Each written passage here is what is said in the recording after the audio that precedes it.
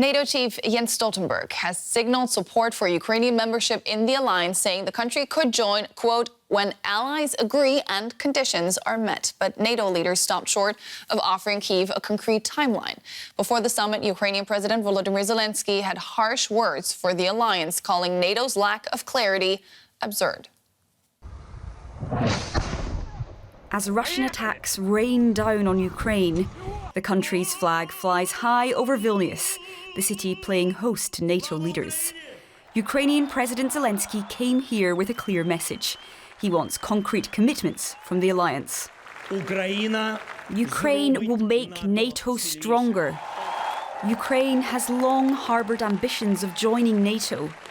Though leaders have agreed to remove some barriers to entry, Kyiv's hopes of securing a timeline for accession have been dashed. We reaffirmed that Ukraine will become a member of NATO and agreed to remove the requirement for a membership action plan. This would change Ukraine's membership path from a two-step process to a one-step process. We also made clear that we will issue an invitation for Ukraine to join NATO when allies agree and conditions are met. For months, NATO nations have been haggling over when and how Ukraine should be invited to join the alliance. They say it won't happen while the war rages, because that could bring NATO into direct conflict with Russia. But some Eastern European and Baltic countries are calling for a clearer path for Kyiv. Ukraine is using the equipment that the allies are giving and the ammunition, so it is already ticking those boxes. So what more can we do in order to really go to that membership? Germany and the United States have been more cautious, keeping the focus on future security assurances. It is important for us from the outset that there are security pledges for Ukraine that can be effective after peace. That could include individual pledges to offer Ukraine support in case of further attacks, but not to fight for the country. At least one announcement at the summit will see Kyiv's ambitions take flight. Several nations, including the Netherlands and Denmark, agreed to start training Ukrainian pilots on Western-made fighter jets later this year. And we're now joined by DW Russia analyst Konstantin Egad, who joins us from Vilnius. Konstantin, is this really the best NATO leaders could offer Ukraine at the moment? Well, it seems that this is the best compromise they could reach, Nicole, and no more than that. Indeed, during the war, it was very difficult to imagine that Ukraine will be invited sort of to join the alliance. But what the Ukrainians, the Central Europeans and the Baltic countries really wanted is some kind of more or less clear roadmap or timeline. And this is lacking. And because of that, frankly speaking, it starts to look very much like Bucharest 2008 again. And I've been there and frankly, I see, well, just a bit of difference. What is the difference from Bucharest, where NATO declared that Ukraine would eventually be able to join the alliance? In political terms, pretty much none.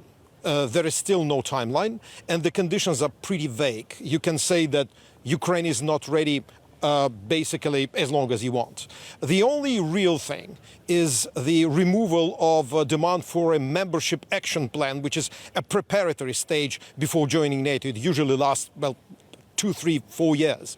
Now Ukraine will not have to go through that. But the problem is that you don't know when Ukraine is going to go through that. And this is something that I think will have an impact on the future of the war with Russia and, frankly speaking, on the future of the alliance. NATO members are very hesitant to offer a set timeline to Ukraine, and it is one of the central demands that Zelenskyy brought to the summit. What are the reasons for caution here? Why can't NATO say, okay, once the war stops, we can initiate these steps? Well, once you speak to, diplomats and officials on the sort of, if you want, in the corridors of the summit, it's very clear that one of the reasons is the situation in the United States.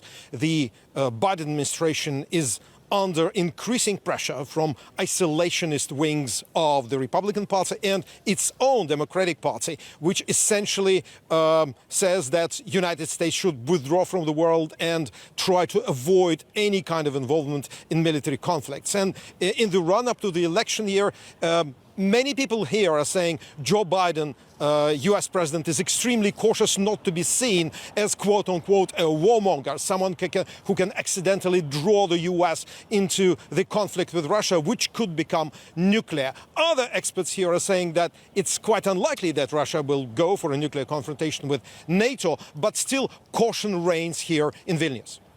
The Kremlin has said it will closely watch this summit. How might this be playing out in Moscow, you think? Well, frankly speaking, my suspicion, my personal take is that Putin will kind of breathe a sign of relief. Nothing dramatic happened. Probably they expected it. They have their sources.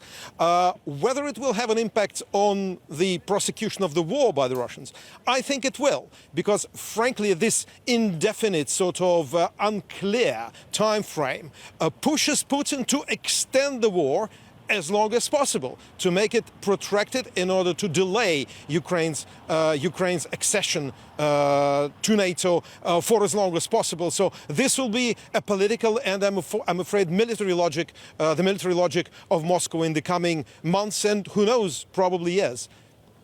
DW's Konstantin Eckert in Vilnius. Many thanks. Thank you.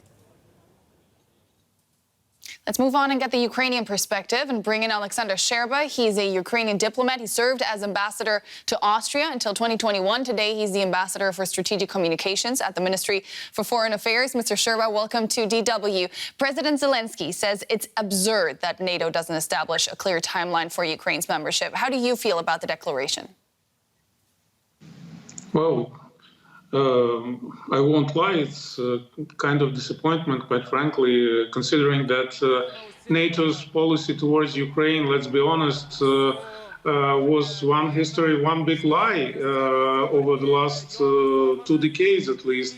People spoke and said that the doors to Ukraine are open, but in reality, everybody knew that they aren't, because that was the way of NATO to not to escalate and not to provoke Russia. And our hope was that after it became so obvious that this policy of, appeasing a bully has failed, after a year and a half of Ukraine basically doing NATO's job and defending Europe and providing security to Europe in the face of this mad Russia, and after 23 countries of NATO supported a clear timeline for Ukraine's NATO accession, we thought it would be a little bit more than in this final statement of the summit. So why do you think the communiqué is so vague? What is NATO afraid of, and who within NATO is afraid? Well, I completely agree with Konstantin. I think it's first of all, it's about the position of American leader, and we were extremely thankful and grateful to Joe Biden for providing all the support and all the necessary, basically taking the right position on most of Ukraine issues. But in this particular point, it sounded a little bit like continuation of an absolutely failed Obama policy. And I think tomorrow, during the inaugural meeting of the Ukraine-NATO Council, there will be a quite open conversation about it, and knowing the temperament of our president, it will be a heated discussion tomorrow. Some argue that it's not in NATO's best interest to grant membership to Ukraine. What would Ukraine bring to the table in exchange for the alliance potentially risking an all-out war with Russia? Well, nobody is speaking about bringing Ukraine in right now because we are at war with Russia. We are speaking about opening a door and finding something more tangible and clear than all these, mantras from the past that turned out to be shallow and empty. Why should you become a member, though? Sorry to interrupt you there. Excuse me? Why should Ukraine become a member? What would they bring into the alliance?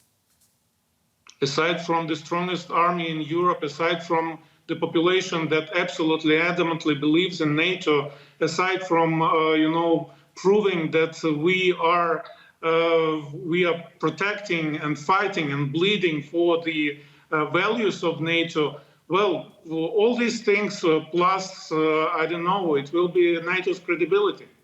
What would you hope to get as a member that you're not already getting now? First of all, after the war ends, there will be a huge effort on rebuilding Ukraine, of course, and no sane, cautious investor would invest in a country that doesn't have a certain security umbrella over it. And NATO's fifth article is the most tangible thing to provide such umbrella. Mm-hmm. You seem very disappointed. So does President Zelenskyy. What's the way forward now? Well, most important thing is, of course, that both the NATO and Ukraine are moving ahead.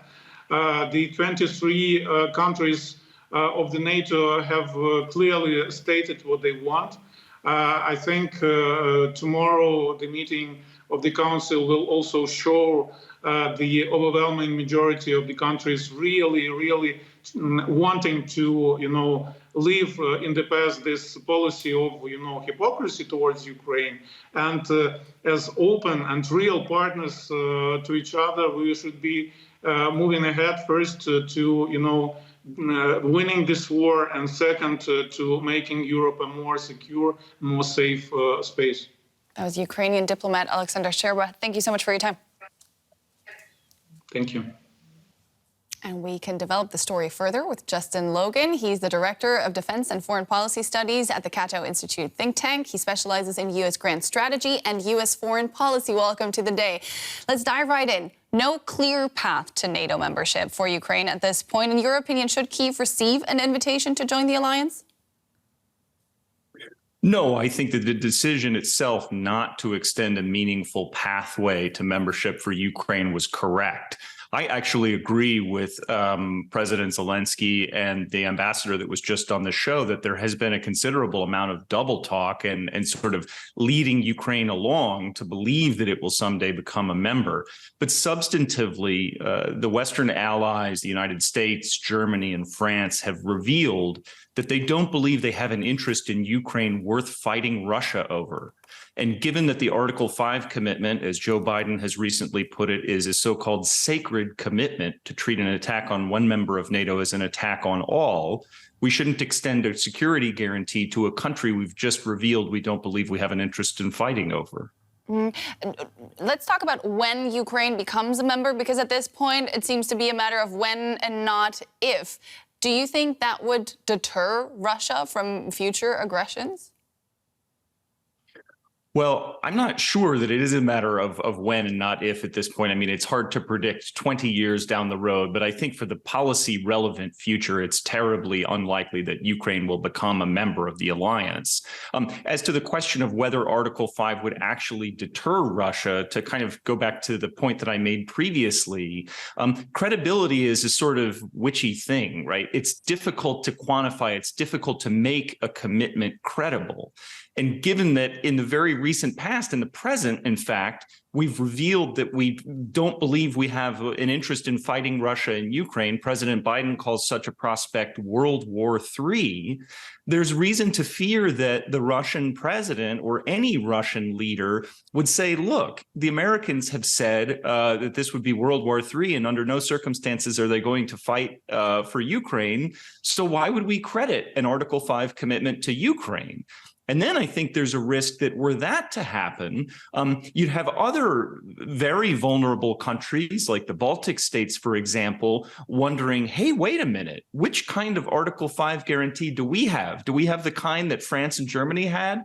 France had during the Cold War, and Germany had starting in West Germany had starting in the 50s? Or do we have some other Ukraine type Article 5 guarantee that means something completely different? So what you're implying is that NATO would never stand up to Russia, or NATO would just never stand up to Russia in Ukraine under Article 5? It's a Ukraine question, right? If we granted an Article 5 security guarantee to Ukraine and Russia were to attack it, we would have really two choices, right? React as though Article 5 is a sacred commitment. And as President Biden has said, the United States will defend every inch of NATO territory, if you'll forgive the imperial measurement. So that would lead to the prospect of a direct NATO-Russia shooting war with the potential for nuclear escalation were we to stand by the commitment. If we were to renege on the commitment and say, well, we'll just send some materiel and money and things, but we're not actually going to fight for Ukraine, then you'd have many other NATO members saying, would the Americans fight for us? Would the Germans fight for us? And I think that is the uncomfortable underlying reality that we face in this sort of strange discussion about admitting Ukraine to NATO. So what do you think is behind these vague promises of not now, but later, if, in your opinion, there is no real interest of ever including Ukraine in the alliance? That's a very good question, and I don't have a good answer to it, because in an article that I published last week, said, the honorable thing to do would be, if you have no intention of doing something, plainly admit we're not going to do this, so that Ukraine won't have the possibility of engaging in wishful thinking or hearing what it wants to hear. But they continue to sort of dangle this prospect out there, and I don't know why they're doing it. I think it is. I understand quite clearly why the Ukrainian leadership is frustrated. And it's just my hope that they will kind of read between the lines and understand that this is conceived of in some Western capitals as the kind of polite way to say no, when in fact, I think it's actually quite dangerous and disingenuous. It is very dangerous, and you can see that there is a lot of disappointment on the Ukrainian side right now. I want to get back to something that you said before, that it's not, in the United States' interest to see Ukraine included in NATO. But NATO was created to deter Soviet expansionism, stop the revival of nationalist militarism in Europe through a strong North American presence, and to encourage European political integration. Now, let's pull all of these principles into the 21st century. Would Ukrainian accession not fit right into this mission? NATO was founded at a time when Ukraine was part of the Soviet Union. If you had told policymakers in 1949 or 1950, we're going to keep this thing rolling until Ukraine is a member, they'd have said you were out of your mind. U.S. policy in Europe historically has been counter-hegemonic. The United States' interest is to prevent one country from dominating Europe. So World War I, World War II, the Cold War, these were all scenarios in which there was a prospect that Germany twice and the Soviet Union once could have dominated the European continent. Even if Russia were to conquer all of Ukraine, if it took all of Ukraine without a shot having been fired, its GDP would have gone up by 10%, making it roughly the size of Italy's, and it would have had a second major port on the Black Sea. That does not put Russia in a position to dominate Europe, or even really to threaten Germany or Poland, given the terrible military performance the Russians have had in the first 17 months of the war. So my view as an American is that our interest in Ukraine is limited. It's particularly limited as contrasted with Ukraine's interest in Ukraine, which is almost unlimited.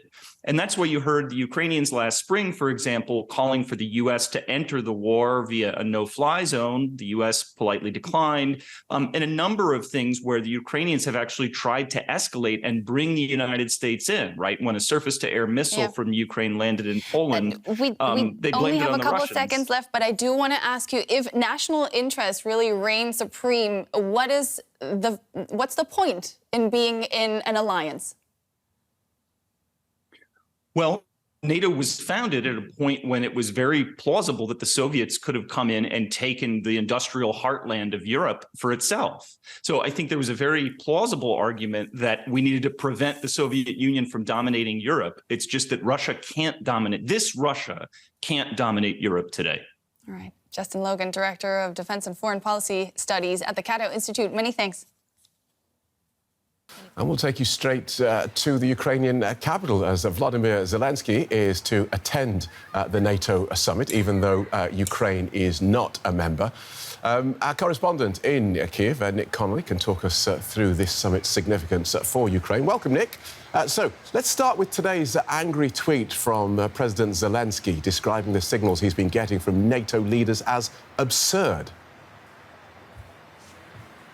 Well, look, going into this summit, he made it very clear that he wouldn't just turn up and smile politely for the cameras and say thank you for the aid that Ukraine has received. He said he would only go in person if there were real concrete results for Ukraine. And there's a sense that he had been led to believe that more would happen, that now it looks likely will be given to Ukraine in terms of firm guarantees, in terms of a timeline for joining as soon as the war is over. Now there's talk of just a formal invitation rather than a timeline to full membership, and that is obviously something that has got him very angry. I think there's a real sense here in Ukraine that these are just basically made-up reasons to try and kind of kick the can in the hope that once the rockets, the bombs have stopped falling on civilians here in Ukraine, that the pressure will be off to take Ukraine and to kind of show some kind of openness and solidarity with Ukraine. This is not about getting Ukraine to change. This is just a kind of time-wasting tactic from countries that don't want to see Ukraine in the alliance. Right. So let's look at today's meeting then. Two questions in one. What does Ukraine want from the summit, and what's it likely to get? Well, as for the wants, I think it's clear, and no one was really expecting here that they would join while the fighting continues as it has, but they were certainly looking for a time frame, and a shorter time frame than anyone would have thought possible before this war. They point to Finland and Sweden and say this is essentially a political decision. If you want us, you can take us. Stop trying to claim that this is all about technicalities. When you talk about governance and rule of law, they point to Hungary, they point to Turkey and say these are countries that have lots of questions about their governance, and yet they are full members of the alliance, and there is no question of them being thrown out for that. So there's a real sense that Ukraine needs a clear path to NATO membership, and they say that as soon as that happens, Russia will basically leave off, that this doesn't escalate, this just makes it clear to the Kremlin that the West is with Ukraine in the long haul. As for what it's going to get, I think it's still pretty much open. It seems like that tweet from Zelenskyy was part of an attempt to kind of up the ante and to maybe try and push for more than was seemingly going to come out of this summit. I think there are lots of different briefings coming out from different delegations with all slightly different spins on what's going to be given. So I think there is a sense that there is still going to be a lot of pressure, especially on Germany, that has once again come out as the most cautious on Ukrainian NATO membership, to try and push their position towards some kind of more clear guarantee that Ukraine will indeed become a full member, rather than just cooperating, rather than just receiving military aid. Right. Ukrainian people got a lot on their hands at the moment with this war going on. Is Ukrainian membership of NATO something that is particularly at the front of their minds, especially given it's been under discussion since, what, 2008? Well, if you look at the polls, there's about 90% support for NATO membership in Ukraine now since this full-scale invasion from Russia happened in 2020. That is significantly up on the already majority, kind of pre-existing majority of support for NATO membership. And when you talk to people, they will say that Russia basically only understands force. That is the kind of consensus opinion here in Ukraine. And that, Israel-style guarantees are all well and good, but they say Israel has much weaker, much more fragmented neighbours. It doesn't have a nuclear power directly on its borders that is trying to retake its territory, and that Ukraine needs that full NATO membership. They were given guarantees of safety in the 90s when they gave up their own nuclear weapons. The US, France, Russia, the UK all signed up to that, and in the end they did nothing when Crimea happened. They did comparatively little at the beginning of this war. So there's a real sense here that anything short of that Article 5 guarantee of American, British, Polish, German troops on the ground is not enough. And they say we can win this war maybe now, we can push the Russian troops back, but with that constant threat and that kind of ambiguity hanging over our heads, that will just invite a new attempt from the Russians 2, 3, 5 years down the line, and that will also disencourage people who have maybe left the country to come back. Without that kind of clear security framework, they say this is a country that doesn't have a future. Nick, you've clearly been wading through the minutiae of this. People watching this will say, well, Ukraine is in the middle of the war. Of course, NATO is not going to allow them to become a member. You don't get to take out insurance while your roof is on fire. So, given the declarations that we've heard and the warm words that we've heard from NATO, what in there is it that President Zelenskyy thinks that he's been deceived about? Because I think watching from the outside, it seems not unreasonable. NATO says, when the conditions are right, in you come. Now, clearly there's a war going on, so conditions aren't right. What more does he want? So he wants timings. He wants a roadmap with kind of hard and fast guarantees. OK, the fighting stops in this and this form, then you have half a year to do this, and then another 6 months later, you are a member. That is kind of as detailed as they want. That memory of the 2008 Bucharest NATO summit, when basically Ukraine and Georgia got some warm words that enraged the Kremlin, but did nothing to protect either Georgia or Ukraine, that is still very much alive, especially in the minds of politicians and experts here. Some politicians, we had a German foreign policy expert in the Bundestag coming out saying that maybe NATO could guarantee Ukrainian territory that is not currently the site of fighting, say that, you know, basically anything behind the current Ukrainian front lines counts as NATO territory. That was pretty controversial, but is an option. But I think right now what is really getting people nervous here in Kiev is that they are suggesting they will talk about a potential invitation rather than potential membership. Basically, more bureaucracy, more unclear kind of timelines that could see basically this being put on the kind of back burner for years to come without any real potential to join. OK, thanks for that, Nick. Correspondent Nick Connolly in Kiev.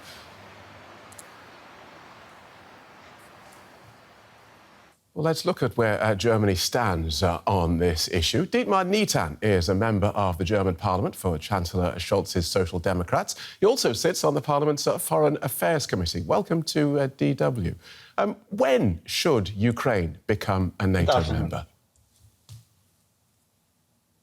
As fast as it is possible, in a framework that makes this NATO accession a success story, and therefore we need fulfilling conditions.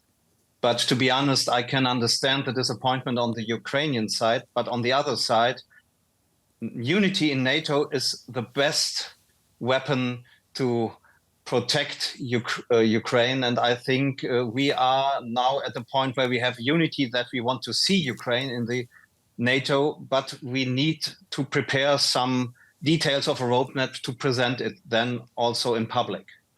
You've had since 2000, or NATO has had since 2008 to prepare a roadmap for Ukraine membership. Why has it not been forthcoming? First of all, there were also in 2008 and the following years, not every NATO member state was convinced that the track bringing Ukraine into the NATO is the best thing. The second thing is that after the beginning of the war in Crimea in 2014, and then, of course, after the beginning of the full-scale war in February 2022, in a hot conflict, in a war, you cannot make decisions about NATO membership. But again, we need this roadmap. I'm in favor to work very hard that we quickly can present it. But again, I think that Sweden now is coming into NATO, that all NATO member states agreed we want to see Ukraine in NATO, is a base we can work on, and we should do that, and we should do it very accurate and very quickly. And in that sense, I think we can make progress even out of this summit of NATO. What conditions, then, should Ukraine fulfill in order to become a NATO member? You don't have to go through the whole list, but give us your top three, say. I think what is very important is that we can bring in Ukraine in our security architecture. Now they must work with a huge different weapon systems, and that is not something that you can do very quickly. And the second thing is that also the political framework should be clear. When is the right point to get the full membership? What are the steps that we should do there? And again, I think what we see today is not a tactical move that some NATO states don't want to see Ukraine in, and now they play on time.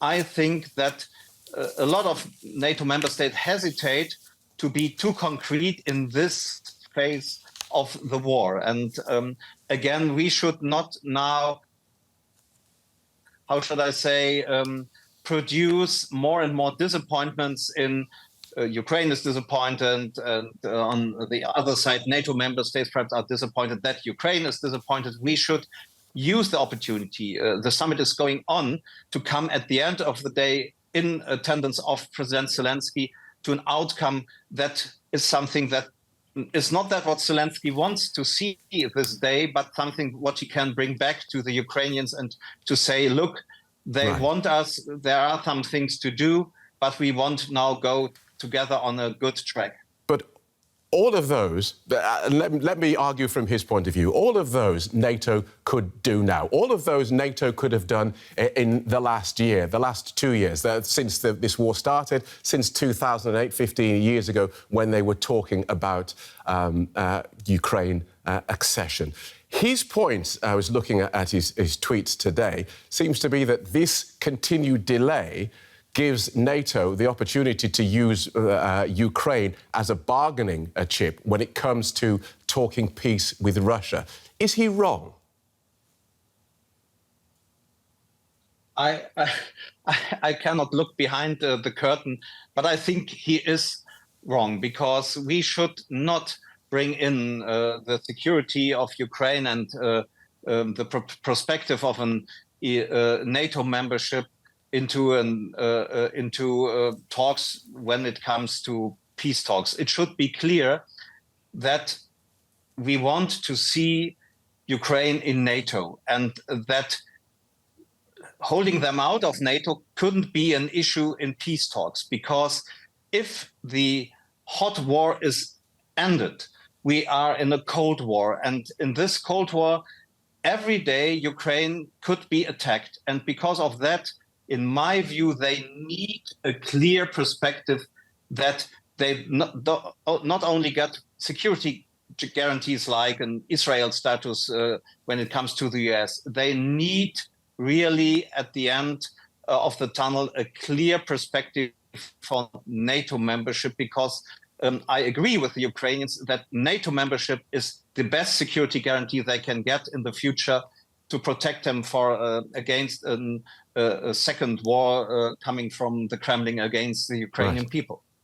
So while Ukraine waits, while Ukraine fights this war, while Ukrainians are dying and NATO watches on and says, well, not yet, not yet, not yet, what security guarantees should Germany in particular offer Ukraine while it waits to join? First of all, Germany should be one of the forces inside NATO that are supporting a fast track for presenting then a concrete roadmap for Ukraine, including also a time measurement. The second thing is, and Chancellor Scholz announced that Germany should work hard that, for example, also G7 is presenting their part of giving security guarantees. And the third thing is, Germany should work hard to create also outside NATO a lot of support for Ukraine when it comes to peace talks, but also when it comes to security guarantees. And we should not underestimate that, for example, the good relationships that German Social Democrats have with the Workers' Party in Brazil could be a way to convince President Lula to come to a very constructive track when it comes to Ukraine. And I think that are some puzzle pieces of that what Germany now should do. Thank you so much for joining us and just talking us through that. German Social Democrat lawmaker Dieter Nietern. Thank you. Goodbye. Alexander Muller speaks on defence for the FDP group in the German parliament. The FDP is one of the coalition partners in the German government. Welcome to DW. We've heard criticism from President Zelenskyy today in a tweet, tweeting his frustration about the fact that NATO hasn't established a clear timeline for his country's membership. Is it absurd that NATO hasn't done this, as Mr. Zelenskyy says? No, this is not absurd. I know that he is expected from his people in Ukraine to have a clear timeline, but giving him a clear timeline would be counterproductive. You know, Putin will see any concrete timeline as something where he works against it. If there would be, for example, X days after the end of the war, Ukraine would be invited into NATO, then Putin would never end any war or would not make any ceasefire. And so it's clear that we don't give any concrete timeline. It's okay. But Mr. Zelenskyy, President Zelenskyy makes the opposite argument, doesn't he? He says that with a concrete timeline, then President Putin would know his days are numbered in terms of fighting Ukraine. Yes, but President Putin won't give up. He still thinks he can win this war. And as long as he has any chance to continue the war, then he can hinder Ukraine to be member of NATO. And he will do anything or everything to do this. So I think it's all right to not have a clear timeline and have this ambiguity. And can you understand, though, the Ukrainian frustration with this ambiguity? Of course, I can understand. And we have to make a clear commitment to Ukraine that we want to have them in the NATO. And it makes sense. I am absolutely in favor of opening a path for Ukraine to come into NATO. But it must be some ambiguity and not some automatism behind this. During the NATO summit, Germany announced a substantial arms package worth 700 million euros. Does this count as a security guarantee, which is something that Ukraine has been asking for? I think it counts as something like a security guarantee because we provide a lot of weaponry, and this 700 million package is an addition to that what we already have given as Germany. We are the second biggest donator of weaponry. It is nearly 4 billion euro worth that we have provided as weaponry now. And this is some important means for Ukraine to survive and to be able to get back their country. Germany is also committed to spending more money on its military and to sending 4,000 troops to Lithuania to strengthen NATO's border with Russia. Is the country prepared to actually go through and fulfil these obligations? Because there have been problems, haven't there? Of course there are problems, and it's not easy. It's a very ambitious plan to have those 4,000 troops in Lithuania. You know, the infrastructure is not ready in Lithuania yet. And of course, also the 2% goal is also very ambitious. You know, in the last years in the Merkel government, we had 1.3% that we invested in NATO. So the 2% is a very huge step, and money is scarce in Germany, I can tell you. So these are ambitious plans. There is still resistance, even in our parliament, but we will manage that, I'm sure. You say that the Lithuanian infrastructure is not ready. Are the German armed forces ready? You have had problems not only with procurement, but also with actually being able to deliver armed services anywhere. You are totally right. That's also a problem. We must cut out our troops from our German troops that we have currently. We have to send them to Lithuania. We have to make clear how this is legally made. We have not yet the laws for that. So we have important tasks to be done in Germany to fulfill this promise. Good talking to you. Thank you so much for joining us, Alexander Müller, who speaks on defence for the FDP group in the German Parliament. Thank you. Thank you too.